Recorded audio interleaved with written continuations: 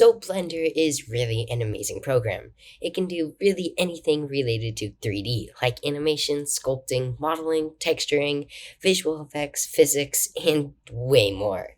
This doesn't even include the fact that Blender is also jumping into 2D animation and is free. So with all that said, let's hop into Blender and make something. So in this demonstration, I've decided to do an arrow that goes through a particle system and takes a couple particles with it. So the first thing I did was create a very simple and basic arrow by adding a cylinder, extruding, scaling, and moving these faces to get it to kind of look like an arrow. Once the arrow was done, I decided I wanted the particles to be shaped as a heart, so I modeled a heart shape, which really wasn't the best, but that didn't really matter much because the particles would be roughly forming the heart shape. But finally, to get the particles, I add an emitter object, this case a UV sphere, and go to the particle system settings and click at the add button. With the default settings, the particles just fall through the heart shape and in general do not do what I wanted. So I first add the collision to the heart and get this result. That's better, but I want the particles to be a UV sphere, not a halo. Them being a halo really just means if I were to render it, you would see a glowing object, but it really casts no light on the rest of the scene.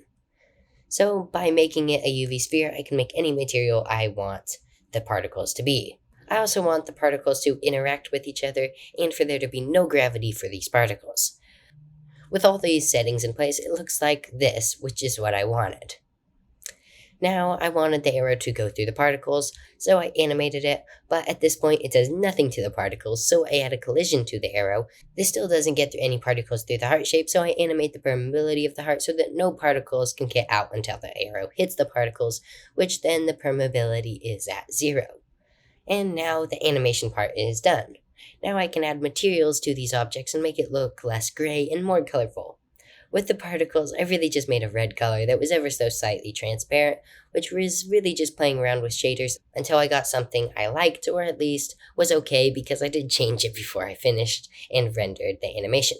For the arrow, I made a very simple gold texture by adding a glossy texture set to yellow and added a displacement texture with a noise shader connected to it.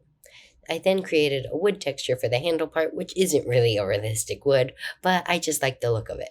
I'm basically done, but I really didn't like the look of having no background, so I found an image online of a cool abstract image and decided to do something similar with geometry nodes, which was really just playing around with the nodes until I got the cube spread out how I wanted. I also added some basic materials to the cube so they weren't all just gray and boring. When I was really close to done, I got the screen of death. Yeah, Blender had crashed. Luckily, there's autosave. Well, anyway, here is the results. So yeah, that's really why I love Blender. It really does allow you to do anything 3D, and I guess kind of even 2D if you can imagine it.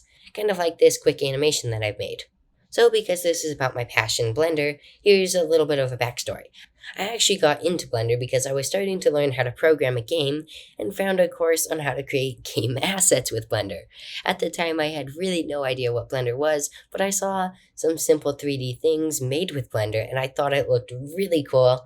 So I very quickly bought the course, which pretty much halted programming for a while, but I got to learn Blender, so I think it was still a win. And after around 3 months, I started looking for a 3D printer so I could 3D print some of my models. So the first printer I got was a Prusa Mini, and I immediately started selling some 3D prints, which I'm still doing now. This was also really great because it encouraged me to continue using Blender. And since then, it's really become a passion of mine that I don't see ending anytime soon.